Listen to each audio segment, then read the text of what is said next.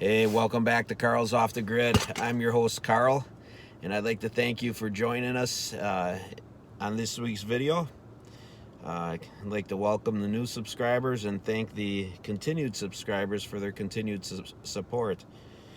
On the last video we did, we tested the Stihl MS 391, and overall it tested out pretty good.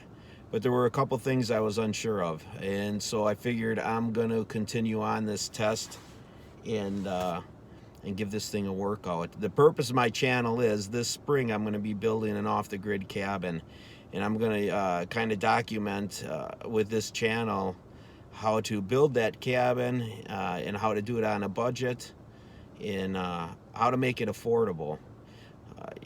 So I don't want to release too much information right now.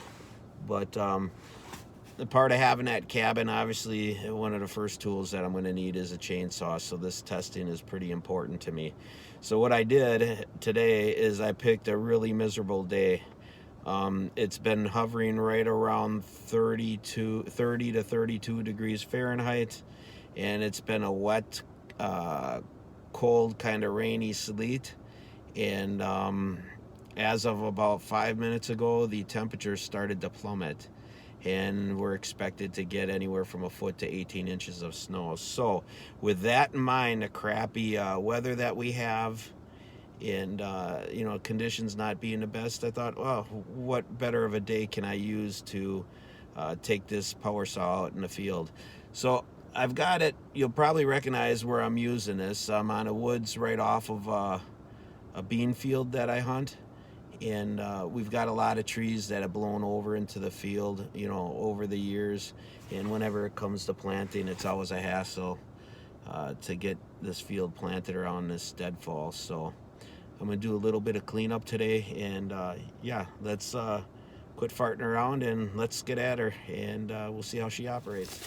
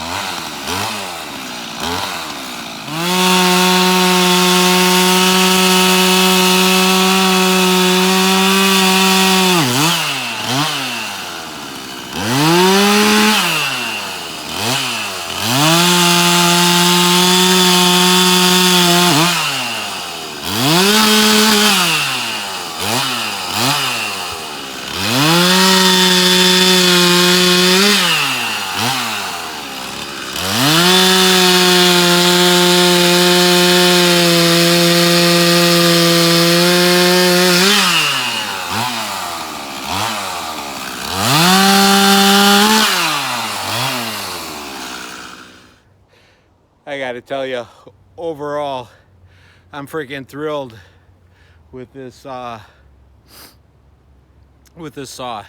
I'm cutting a lot of the bigger trees off camera. I guess that was kind of a mistake. I should have showed you guys when I was cutting those.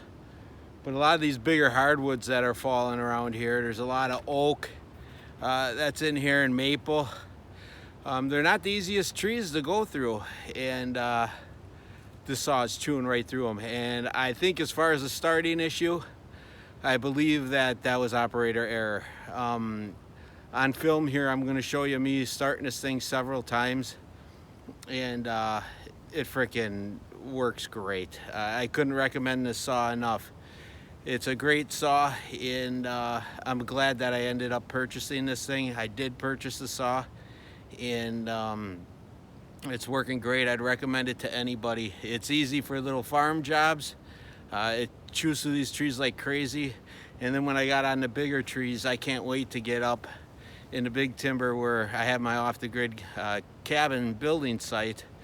I'm sure it's going to rip through those trees with ease, but we'll show you that more so towards the spring. So I'd like to thank you for joining me, and if you like these videos, if you could please click the thumbs up button and subscribe, that would be awesome. And yeah, if you get a moment, get in the outdoors, man. You're missing out on life if you're sitting in the house all the time. All right, we'll catch you on the next one, guys.